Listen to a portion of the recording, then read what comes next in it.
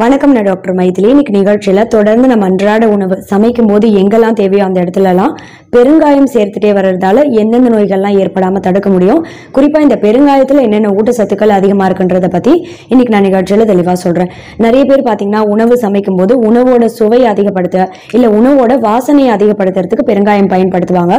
இல்ல ஒரு சிலர் அஜீரணம் இல்ல வயிறு உபுசம் மாதிரியான கேஸ்ட்ரைட்டிஸ் சம்பந்தப்பட்ட செரிமானம் சம்பந்தப்பட்ட ஏதோ ஒரு பிரச்சனை இருக்கு அப்படின்றவங்க பெருங்காயம் பயன்படுத்துவாங்க இல்லையா. இதெல்லாம் தாண்டி மாரடைப்புல இருந்து புற்றுநோய் வரைக்கும் ஏகப்பட்ட நோய் தொற்று பாதிப்பு ஏற்படக்கூடிய வாய்ப்பை ரொம்பவே கம்மி பண்ணிடும் இந்த பெருங்காயம் அப்படின்றது. முதல்ல பெருங்காயம் அப்படின்றது ரொம்ப குறிப்பா பாத்தீங்கன்னா பெண்களுக்கு மாதவிடாய் சுழற்சியை சீரா வைக்கும்.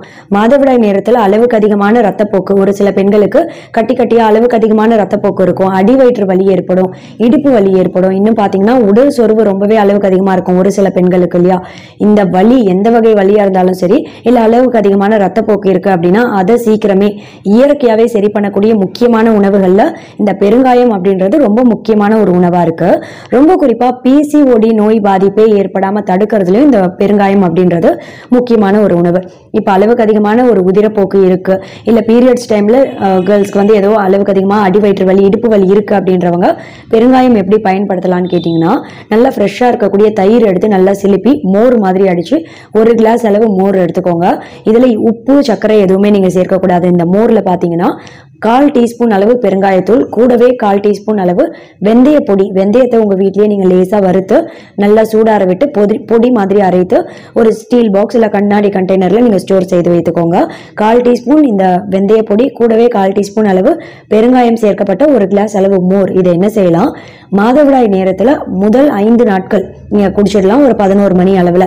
இல்ல எனக்கு எப்பவுமே உடல் சோர்வு அதிகமா இருக்கு, இல்ல வயிற்று வலி அதிகமா இருக்கு, வயிறு உபுசம் அதிகமா இருக்கு, குடல் அழற்சி நோய் அப்படின்னு சொல்லக்கூடிய ஐபிஎஸ் நோய் பாதிப்பு எல்லாம் இருக்கு, இல்ல அடிக்கடி புளிச்சேப்பம் வந்துட்டே இருக்கு, வயிறு எரிச்சல் அதிகமா இருக்கு, அசிடிட்டி பிரச்சனை இருக்கு அப்படின்னா நீங்க என்ன செய்யலாம், இதை தொடர்ச்சியா ஒரு 30ல இருந்து 60 நாட்கள் வரைக்கும் ஒரு 11 மணி அளவுல ஒரு கிளாஸ் மோர்ல ஒரு 1/4 டீஸ்பூன் அளவு வெந்தய பொடி, கூடவே 1/4 டீஸ்பூன் இந்த பெருங்காயம் சேர்த்து கலக்கி நீங்க குடிச்சிட்டே வந்தீங்க அப்படின்னும் போது சீக்கிரமே அந்த நோய் பாதிப்புல இருந்து வெளிவரது நாளடைவுல உங்களுக்கு நல்லாவே தெரியும். ஏன்னா பெருங்காயத்துல பாத்தீங்கன்னா ஆல்கலைன் குணம் அப்படின்றது அதிக அளவுல இருக்கு. இது என்ன செய்யும்னு கேட்டீங்கன்னா, நம்ம உடம்புல ஆசிட் ரிஃப்ளெக்ஸ் ஏற்படக்கூடிய வாய்ப்பு ரொம்பவே கம்மியாகும். பெண்களுக்கு மாதவிடாய் சுழற்சியை சீரா வைக்கும் சொன்னேன் இல்லையா. எப்படின்னு கேட்டீங்கன்னா, பெண்களோட உடம்புல பாத்தீங்கன்னா ப்ரொஜெஸ்டரான் அளவு சீரா வைக்கும்.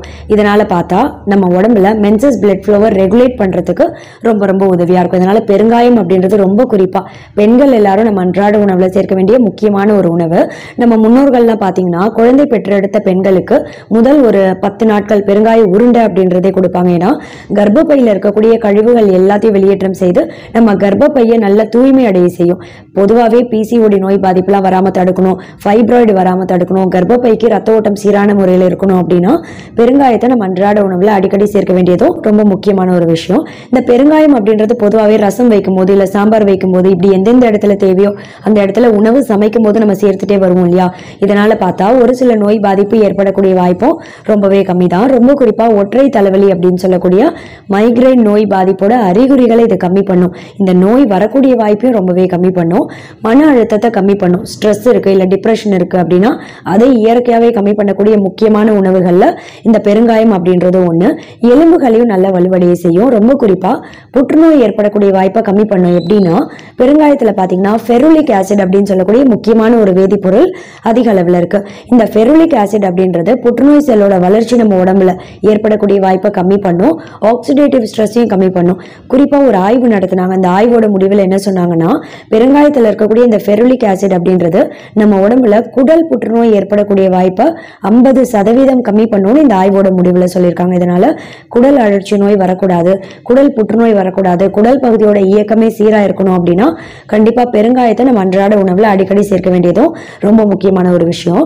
பெருங்காயத்தை தொடர்ந்து நம்ம அன்றாட உணவுல சேர்த்துட்டே வரும்போது சருமம் நல்ல பிரகாசமா பளபளப்பா தென்படுறதும் நாளடைவில் நாளடைவில் உங்களுக்கு நல்லாவே தெரியும். கூடவே நம்ம உடம்புல கெட்ட கொழுப்போட அளவு எப்பவுமே அதிகமாகாம கரெக்டான அளவுல பராமரிக்கும் பெருங்காயம் அப்படின்றது. இதுல இருக்கக்கூடிய முக்கியமான ஆன்டி ஆக்சிடென்ட் வேதிப்பொருட்கள் சத்துக்கள் எல்லாமே நம்ம உடம்புல லோ டென்சிட்டி லிப்போப்ரோட்டீன் அப்படின்னு சொல்லக்கூடிய ஒரு கெட்ட கொழுப்போட அளவை எப்பவுமே அதிகமாகாம கரெக்டான அளவுல பராமரிக்கிறது மூலமா மாரடைப்பு ஏற்படக்கூடிய வாய்ப்பை ரொம்பவே கம்மி பண்ணி இதயம் உறுப்பை ரொம்ப ஆரோக்கியமா செயல்பட வைக்கும். கூடவே பெருங்காயத்துல பாத்தீங்கன்னா பொட்டாசியம் அப்படின்னு சொல்லக்கூடிய முக்கியமான ஒரு ஊட்டச்சத்தும் அதிகமா இருக்கு. இந்த பொட்டாசியம் அப்படின்றது நம்ம நரம்புகளை வலுவடைய செய்யும். கூடவே ரத்த அழுத்தத்தை எப்பவுமே கட்டுப்பாட்டுல வைத்து பராமரிக்கும். பிபி எப்பவுமே அதிகமாகாம கரெக்டான அளவுல பராமரிக்கணும் அப்படின்னா தினமும் நீங்க ரசம் இல்ல சாம்பார் எப்பவாவது சமைத்து சாப்பிடுவீங்க, வாரத்துக்கு ஒரு 2 இல்ல 3 தடவை. ரசம் அப்படின்றது பொதுவா தினமுமே நம்ம அன்றாட உணவுல சேர்க்க வேண்டிய முக்கியமான ஒரு உணவு இல்லையா? ரசத்துல பெருங்காயம் சேர்த்து தினமுமே நம்ம அன்றாட உணவுல சேர்த்துட்டே வந்தீங்க அப்படின்னும் போது மாரடைப்பு, புற்றுநோயெல்லாம் ஏற்படக்கூடிய வாய்ப்பும் ரொம்பவே கம்மி தான்.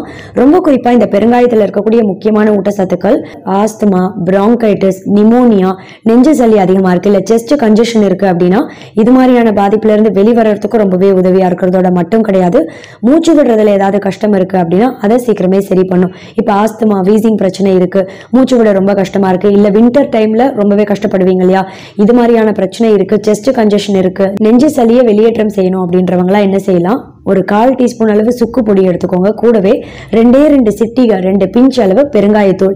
இதை என்ன செய்யலாம், கொஞ்சமா தேனோட நல்லா குழைத்து சாப்பாட்டுக்கு ஒரு அரை மணி நேரம் முன்னாடி தொடர்ச்சியா ஒரு 30 நாட்கள் சாப்பிட்டீங்க அப்படின்னும் போது நுரையீரல் உறுப்புல தேங்கி இருக்கக்கூடிய கழிவுகள் எல்லாம் வெளியேற்றம் அடைந்து நுரையீரல் உறுப்பியை தூய்மைப்படுத்தி ஆரோக்கியமா செயல்பட வைக்கிறதோட மட்டும் கிடையாது, மூச்சு விடுறதுல இருக்கக்கூடிய சிரமம் நாளடைவில் குறையறதும் உங்களுக்கு நல்லாவே தெரியும். அதனால பெருங்காயம் அப்படின்றது கண்டிப்பா நம்ம அன்றாட உணவு சமைக்கும் போது கண்டிப்பா சேர்க்க வேண்டிய முக்கியமான ஒரு உணவு. வாசனைக்காக இல்ல டேஸ்டுக்காக மட்டும் கிடையாது, ஏகப்பட்ட நோய் தொற்று பாதிப்பு ஏற்படக்கூடிய வாய்ப்பை ரொம்பவே கம்மி பண்ணிடும். ஆனா ஒரு நாளுக்கு ஒருத்தர் எவ்வளவு இந்த பெருங்காயம் எடுக்கணும் அப்படின்ற ஒரு குறிப்பிட்ட அளவு இருக்கு.